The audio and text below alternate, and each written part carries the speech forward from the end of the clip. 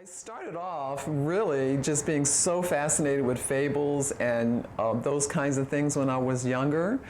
And the first time I remember writing something that was a poem, it was because of the inspiration of the rhythm of the fables and the fantasy things that children in first, second, and third and fourth grade are exposed to. So I already had sort of that music in my mind, and I think of poetry as music. And from then, it just never left me. It's been an ongoing constant, even while I'm sitting here talking to you.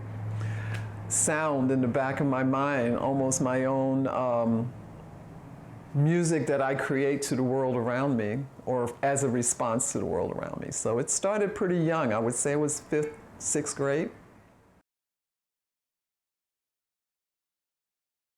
Well, one of the most important things is to find the voice that is most authentic inside of you. And in order to find that, I often work with poets to not think about where it's going to be published or what kind of poem it is. Is it science fiction? Is it fantasy? Is it horror?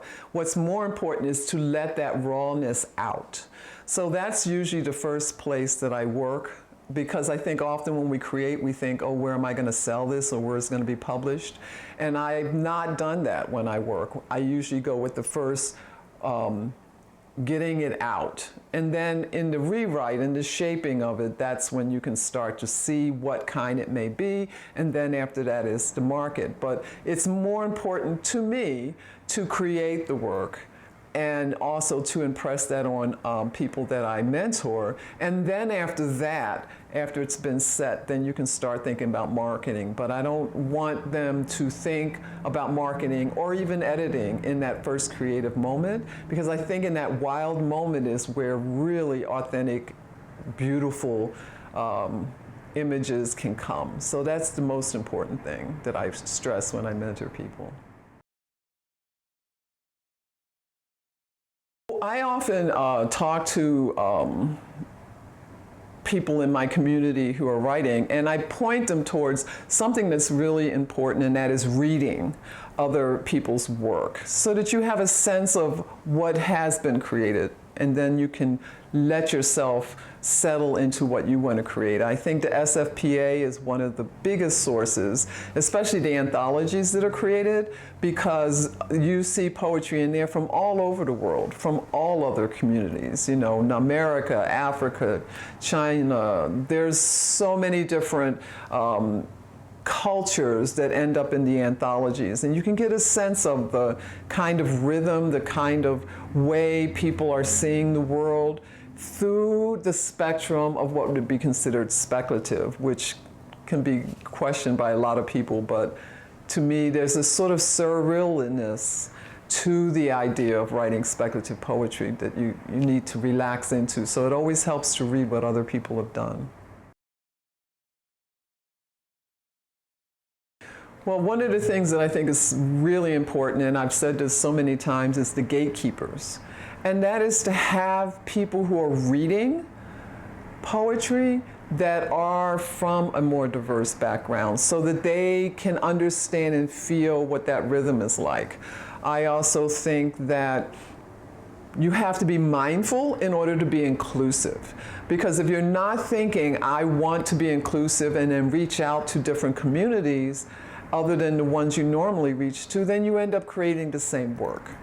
And so in order to create something different, you have to do something different. And now with social media and the online situation, it's not that hard to reach out to communities and say, I want to include everyone to talk about what your guidelines are. Some wonderful collections have come out by doing that, because the editors have realized that if they just go to the same group that they're used to reaching out to, they're going to get the same thing. So I think that's really the biggest thing between having readers that understand the difference, is taking the time and energy to reach out.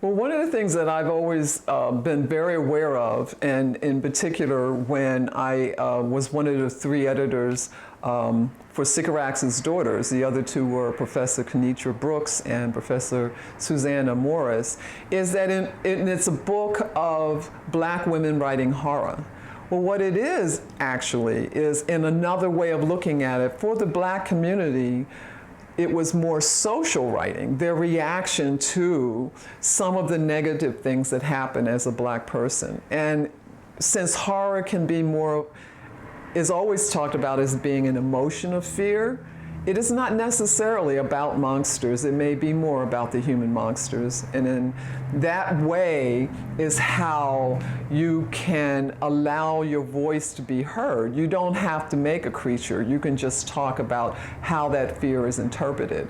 And then also I find that there's a lot of people in minorities who watch scary movies and they watch all those other things, but they don't necessarily connect it to the poetry that they can create. So that's also another way of playing with the idea of doing the poetry, is mixing up the sense of fear with the obvious monster with the real ones on a daily basis. So, you know, that can be a really powerful way to create work that touches other people and communicates what that life can be like. Well, some poems come pretty much just the way they are. One that I've read often, Mami Wada, Goddess of Clear Blue, I didn't really do a lot of editing with. But with that poem, as I wrote it, there was another extra stanza, which no one's ever going to see until they do the archive of my work. And then there'll be a version you'll see as I went through to cut it, that last stanza was just an extra step that took energy away. So I did not include it in the book. I don't include it when I do readings, but it does exist. So often when I do a first draft, again, it just comes as it comes from me. And then I sit down and I read out loud. I find that's a really important way to see where something is maybe awkward, or you have a word you use often. A lot of the things I like to do when I'm editing is use the thesaurus and find new words and find opposite words sometimes. It can make a very strong image for the reader. And that's what's really important to me. So in editing, I will go through, and I also do change shape. When the first time I write a poem, I don't pay much attention to anything except getting the words, the images, the emotion out. And then as I do it and rewrite, I might change the shape. I might put the breaks in different places. I definitely do take a lot of words out. I end up writing a lot in first draft, and then I go back through and I take words out. Because poetry is, for me, writing in the strongest moments that you can. And often for that, that means taking words away so that you're left more with the actual main taste that you want to get to the person. So those are the big steps for me with editing.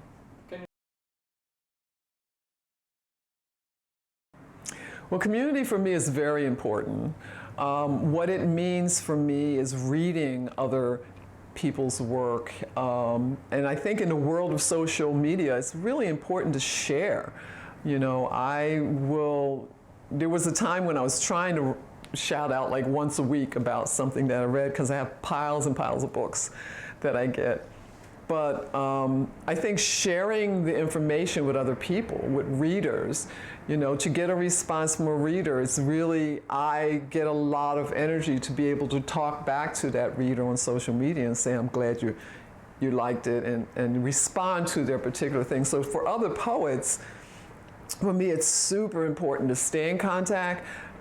If I'm lucky enough now to be in a space where sometimes I'm editing things. I am the editor for Poetry for Space and Time magazine, have been for many years. So I try to reach out to other poets who maybe have not had as much stuff in publication that I like, and keep a network of marketing and tips and ideas out. I mean, I just did a collecting, where are people finding markets, resources, and then I've been sharing that with different groups that I know, and in general in my own social media circles. So, I mean, we all lift each other up.